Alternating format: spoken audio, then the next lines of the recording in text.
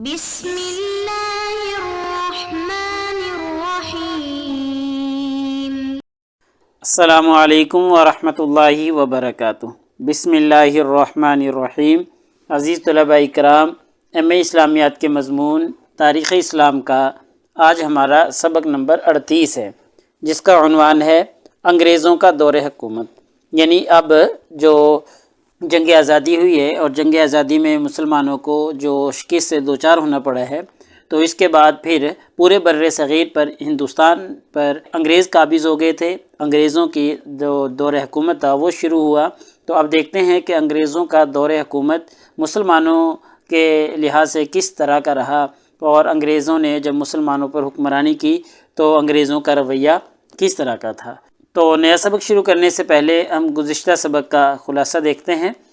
پچھلے سبق میں ہم نے جنگ آزادی کی ناکامی کی کچھ وجوہات پر بات کی تھی، اور ان وجوہات میں سے ایک وجہ وقت سے قبل آغاز تھا، یعنی جنگ کا آغاز وقت سے پہلے کر دیا۔ حالانکہ جو مئی کے مہینے میں تاریخ متعین تھی، اس مہینے سے پہلے ہی، اس تاریخ سے پہلے ہی جنگ کا آغاز کر دیا، تو اس وجہ سے بھی مسلمانوں کو ناکامی سے دوچار ہونا پڑا۔ ایسے ہی غداری اور انگریزوں کی سازشیں کام آئیں، ان کی وجہ سے بھی مسلمان ناکام ہوئے، چونکہ اپنوں کے اندر ہی غدار پیدا ہو گئے۔ انہوں نے اپنے قوم اور اپنے ملک کے ساتھ غداری کی، جس کی وجہ سے انگریز جو ہیں وہ جیت گئے اور وہ پورے بر صغیر پر قابض ہو گئے۔ ایسے ہی مسلمانوں کے پاس وسائل کی بھی کمی تھی، جس کی وجہ سے جنگ آزادی میں ناکامی ہوئی۔ باصلاحیت افراد کی کمی تھی، افغانستان سے بھی مدد نہیں ملی تھی، حالانکہ اس سے پہلے ہمیشہ افغانستان مسلمانوں کی مدد کرتا رہا تھا۔ ایسے ہی راجاؤں کا عدم تعاون تھا، راجاؤں نے کسی قسم کا تعاون نہیں کیا، ارد گرد کی جو ریاستیں تھیں ان کی طرف سے بھی کوئی تعاون نہ ہو سکا۔ ایسے ہی جاگیرداروں نے انگریزوں کے ساتھ وفاداری اپنائی، اور جتنے بھی زمیندار تھے، جاگیردار تھے، سرمایہ دار تھے، سب نے انگریز کے ساتھ وفاداری قائم کی۔ تو یہ کچھ وجوہات تھیں جن کی وجہ سے جنگ آزادی میں ناکامی ہوئی تھی، اور یہ پچھلے سبق میں ہم دیکھ چکے ہیں۔ تو آج کے اس سبق میں انشاءاللہ ہم دیکھیں گے کہ انگریز حکومت میں مسلمانوں پر مظالم ڈھائے گئے، اور مسلمانوں کی تہذیب و تمدن کی انگریز دور حکومت میں کیا حالت تھی۔ ایسے ہی ہم دیکھیں گے کہ مذہبی حالت مسلمانوں کی کیا تھی جب انگریز حکومت کر رہا تھا بر صغیر پر۔ اور ایسے ہی آج کے اس سبق میں ہم مسلمانوں کی انگریزی دور میں تعلیمی حالت بھی دیکھیں گے کہ تعلیم میں مسلمان کہاں کھڑے تھے۔ تو انشاءاللہ یہ ساری تفصیلات آج کے اس سبق میں بیان کی جائیں گی۔ تو چلیے سب سے پہلے انگریز دور حکومت میں مسلمانوں پر مظالم کے بارے میں گفتگو کرتے ہیں۔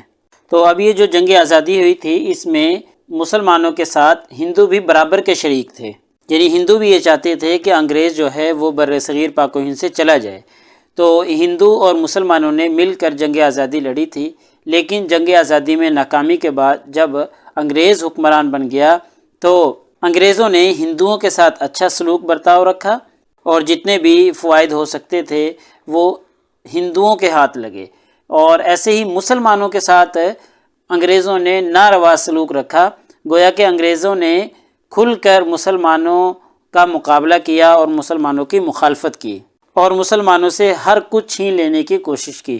کسی مسلمان کو سزا دینے کے لیے صرف اس کا مسلمان کہلانا ہی کافی ہوتا تھا۔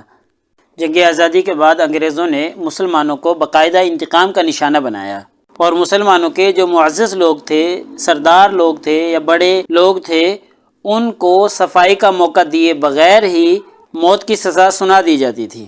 ایسے ہی انگریزوں نے باقاعدہ پالیسی جاری کی کہ کسی طریقے سے مسلمانوں کو معاشرتی اور معاشی طور پر تباہ کر دیا جائے، یعنی معاشی اور معاشرتی طور پر تباہ کرنے کی انگریزوں نے مکمل کوشش جاری رکھی کہ کسی طریقے سے مسلمانوں کو تباہ کر دیا جائے۔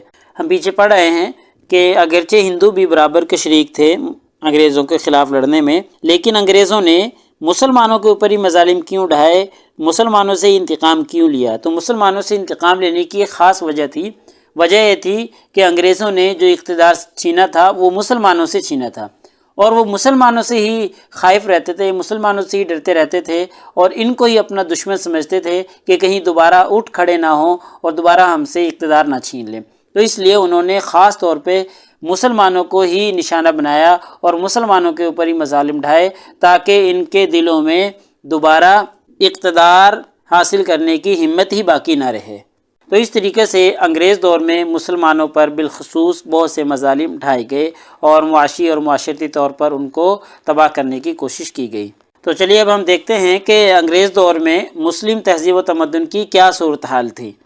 تو جنگ آزادی کے بعد انگریزوں نے مسلمانوں کی جو تہذیب تھی اور مسلمانوں کی جو عظمت تھی، اس کے ہر نشان کو مٹانے کی مکمل طور پر کوشش کی۔ انگریز چاہتے تھے کہ یہاں کے جو لوگ ہیں وہ مغربی تہذیب و تمدن کو اپنا لیں۔ ایسے ہی مسلمانوں کی جو زبان تھی اس وقت وہ فارسی زبان تھی، اور بالخصوص مغلیہ دور میں تو سرکاری زبان فارسی ہی تھی۔ اس کے بعد مسلمان ہونے کے ناطے سے عربی زبان بھی رائج تھی، اور اہل قلم جو تھے وہ عربی میں بھی کتابیں تحریر کرتے اور مقالہ جات لکھتے تھے۔ لیکن جیسے ہی انگریزوں کا دور آیا تو انہوں نے ان زبانوں پر پابندی لگا دی اور ان زبانوں کا خاتمہ کرنے کی کوشش کی، اور اس کی جگہ ان زبانوں کی جگہ انہوں نے انگریزی زبان کو رواج دیا۔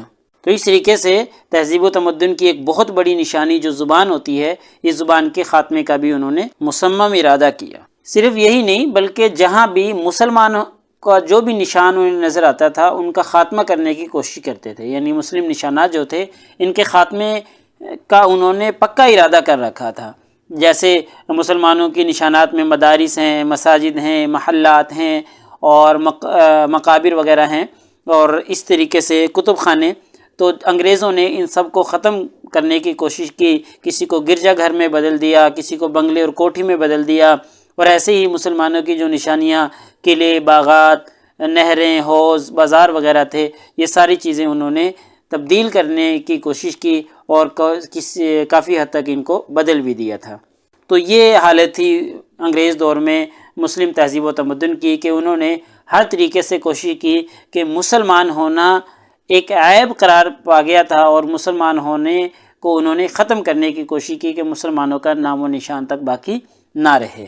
ایسے ہی اب ہم انگریز دور میں مسلمانوں کی جو مذہبی حالت تھی وہ دیکھتے ہیں۔ تو چونکہ ایسٹ انڈیا کمپنی تب بر صغیر پاک و ہند میں آئی تھی، تو اس کے ساتھ عیسائی مبلغین بھی یہاں پر آئے تھے، اور اب جیسا کہ انگریزوں کا دورہ ہو چکا ہے، انگریز پورے ہندوستان پر قابض ہو چکے ہیں، تو اس دور میں تو عیسائی مبلغین کی تعداد بہت زیادہ بڑھ گئی تھی۔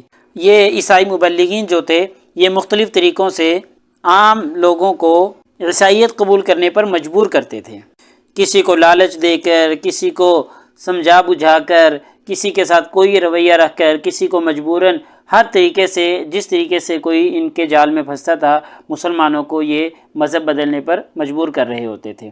ایسے ہی مسلمانوں کی جو زبان عربی تھی اور فارسی بالخصوص جو تھی، اس کو بدل کر اس کی جگہ نظام تعلیم کے لیے انگلش زبان کا، انگریزی زبان کا استعمال شروع کر دیا گیا، یعنی عربی اور فارسی کو ختم کروا کے ذریعہ تعلیم جو زبان ٹھہری وہ انگریزی زبان ٹھہری، اور سیکولر نظام تعلیم رواج دیا گیا، جس سے مسلمانوں کو خدشہ ہوا کہ اس طریقے سے تو ہمارا مذہب ختم ہو جائے گا اور ہماری آئندہ آنے والی نسل جو ہے وہ مسلمان نہیں رہ سکے گی۔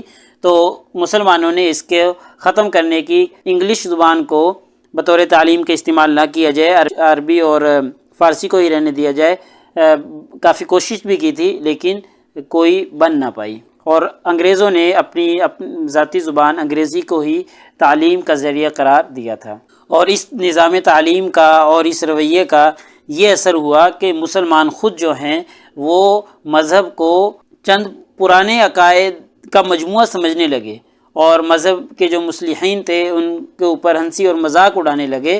مذہب سے انہوں نے بے پرواہی برت لی، اور ان کا یہ عقیدہ بن گیا کہ مذہب جو ہے وہ ایک پرانے زمانے کی فرسودہ سی چیز ہے اور اس کا اب کوئی فائدہ نہیں ہے، مذہب اب موجودہ دور کے لیے نہیں ہے۔ یہ رویہ تک مسلمانوں نے اپنا لیا، اگرچہ عمومی طور پر یہ نہیں تھا لیکن یہ رویہ مسلمانوں میں پیدا ہونا شروع ہو چکا تھا۔ یہ مذہبی حالت اس وقت مسلمانوں کی بنتی جا رہی تھی، یعنی عقائد بدلے جا رہے تھے، اور جو اسلامی اصول ہیں، قوانین و ضوابط ہیں، ان کے بارے میں شکوک و شبہات پیدا کیے جا رہے تھے، اور اسلام کے جو مسلمہ عقائد ہیں ان کے بارے میں شکوک و شبہات مسلمانوں کے اندر پیدا کیے جا رہے تھے۔ تو اس زمانے میں مسلمانوں کی مذہبی حالت، مذہبی صورتحال یہ تھی جو کہ آپ کے سامنے پیش کر دی گئی ہے۔ ایسے ہی مسلمانوں کی جو تعلیمی حالت تھی وہ بھی زبوں حالی کا شکار تھی۔ انگریزوں نے حکومت سنبھالتے ہی سب سے پہلے عربی اور فارسی جو تعلیم تھی اس کو فوراً سے ختم کر دیا، اور جتنے بھی اسکول اور تعلیمی ادارے چل رہے تھے ان میں انگریزی زبان کو رواج دے دیا تھا۔ اب جنہوں نے انگریزی پڑھی صرف ان کو ہی ملازمتیں ملیں، ان کے علاوہ کسی اور کو ملازمتیں انگریز نہیں دیتے تھے۔ لیکن جب مسلمانوں نے دیکھا کہ ملازمتیں صرف ان لوگوں کو مل رہی ہیں جو جدید علوم کو حاصل کر رہے ہیں اور انگریزی علوم پڑھ رہے ہیں یا انگریزی زبان سیکھ رہے ہیں، تو مسلمانوں نے بھی انگریزی علوم کو پڑھنا شروع کر دیا، انگریزی کو بطور زبان سیکھنا شروع کر دیا۔ لیکن جب مسلمان یہ چیزیں سیکھ کر آگے آئے تو پھر بھی ان کے ساتھ ناروا سلوک رکھا گیا، ان کو روزگار اور ان کو ملازمت نہیں دی گئی۔ صرف یہیں پہ نہ رکے بلکہ تعلیمی اداروں کی جو وقف جائیدادیں تھیں ان کو ضبط کر لیا تھا، اور یہ سارا کچھ ایک سوچی سمجھی منصوبہ بندی کے تحت ہو رہا تھا، اور سوچی سمجھی منصوبہ بندی کے تحت ہی مسلمانوں کا جو یہ قدیم نظام تعلیم تھا اس کو ختم کیا جا رہا تھا۔ اب جتنے بھی مدارس تھے وہ سارے انہی وقف جائیدادوں کے آمدنی سے چل رہے تھے، لیکن جب وہ وقف جائیدادیں ہی ضبط کر لی گئیں تو پھر ان مدارس کا چلنا بھی مشکل ہو گیا۔ پھر انہی تعلیمی اداروں کو، انہی مدارس کو انگریزوں نے کالجوں میں ضم کر دیا اور انہی کو کالج بنا دیا۔ اس طریقے سے مسلمانوں کو انہوں نے مکمل طور پر تعلیم سے محروم کر دیا، اور ہندوؤں کے لیے انہوں نے تعلیم کی راہیں کھول دی تھیں۔ میں پہلے عرض کر چکا ہوں، ہندوؤں کے لیے وہ سب کچھ قربان کر رہے تھے، کیونکہ ہندوؤں نے ان کے لیے مسلمانوں کے ساتھ غداریاں کی تھی، مسلمانوں کی جاسوسیاں کی تھی، ہندو ان کے وفادار رہتے تھے، تو اس وجہ سے وہ ہندوؤں کے اتنے خلاف نہیں تھے جتنے وہ مسلمانوں کے خلاف تھے۔ اور پہلے ہم عرض کر چکے ہیں کہ مسلمانوں سے چونکہ انہوں نے اقتدار چھینا تھا، اس لیے وہ مسلمانوں کو کمزور ہی کرتے چلے گئے تاکہ مسلمان دوبارہ اٹھنے کے قابل نہ رہے۔ لہٰذا ہمارے آج کے اس سبق کا خلاصہ یہ نکلا کہ آج کے اس سبق میں ہم نے انگریز دور میں مسلمانوں کے ساتھ جو سلوک روا رکھا گیا ان پر مختصراً گفتگو کی ہے۔ تو ان میں ہم نے مسلمانوں پر مظالم کے بارے میں تبصرہ کیا ہے کہ انہوں نے مسلمانوں پر بہت سے مظالم ڈھائے، ایسے ہی مسلمانوں کی جو تہذیب اور مسلمانوں کا جو تمدن تھا اس کی حالت دیکھی ہے کہ ذبح حالی کا شکار تھی، ایسے ہی مسلمانوں کی مذہبی حالت بھی برے طریقے سے متاثر ہو چکی تھی، اور مسلمانوں کی جو تعلیم تھی، تعلیمی حوالے سے بھی مسلمان بالکل تباہ ہو چکے تھے۔ تو یہ انگریز دور حکومت میں مسلمانوں کے ساتھ کیا گیا تھا۔ تو پیپر میں پوچھے جانے والے سوالات سے متعلق اگر ہم گفتگو کریں تو ایک سوال یہی ہے کہ جنگ آزادی کے بعد مسلمانوں کو کن مشکلات سے دوچار ہونا پڑا تھا، تبصرہ کریں۔ تو اگلے سبق نمبر 39 میں انشاءاللہ ہم اسی طریقے سے آگے چلتے رہیں گے، اور اگلا ہمارا عنوان ہوگا دارالعلوم دیوبند کے حوالے سے۔ دارالعلوم دیوبند کے اغراض و مقاصد کیا تھے، اور مسلمانوں کی ذبح حالی میں دارالعلوم دیوبند نے کیا اہم کردار ادا کیا، انشاءاللہ تفصیلات دیکھیں گے۔ جزاکم اللہ خیر۔ السلام علیکم ورحمۃ اللہ وبرکاتہ۔ اللہ پاک آپ سب لوگوں کا حامی و ناصر ہو۔ اگلے سبق تک اجازت چاہتا ہوں۔ اللہ تعالیٰ آپ سب لوگوں کو کامیابیاں اور ترقیاں نصیب فرمائے۔